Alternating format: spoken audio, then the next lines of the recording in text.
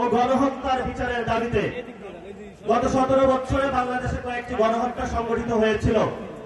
28 অক্টোবরে একটি গণহত্যা সংঘটিত হয়েছিল, শাপলাতে একটি গণহত্যা সংঘটিত হয়েছিল, 24-এ একটি গণহত্যা সংঘটিত হয়েছিল, পিলখানায় একটি গণহত্যা সংঘটিত হয়েছিল।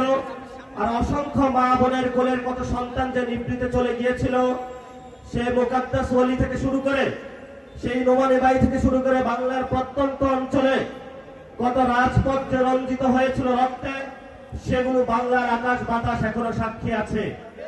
কয়েকদিন আগে প্রধানমন্ত্রী একটি বক্তব্য দিয়েছিলেন যে আমার যে মেরুদণ্ডটা ভাঙা হয়েছিল, আমি যদি প্রতিশোধ নেই তাহলে কি আমার মেরুদণ্ড ফেরত পাবো কিনা, তিনি এই বক্তব্যটা রেখেছিলেন। আমি সবিনয়ে মাননীয় প্রধানমন্ত্রীর কাছে জানাতে চাই, এই যে এখানে এতগুলো মানুষ উপস্থিত হয়েছে, যাদেরকে অন্ধকার প্রকোষ্ঠে রাখা হয়েছিল, যাদের বাপকে হলো থানায়, জেলায়, পুরো বাংলাদেশের বিভিন্ন কারাগারে ঘুরানো হয়েছিল, এই মানুষগুলো প্রতিশোধ চায় না, কিন্তু আমরা বিচারে বিশ্বাসী। আমরা বাংলাদেশে বিচার চাই।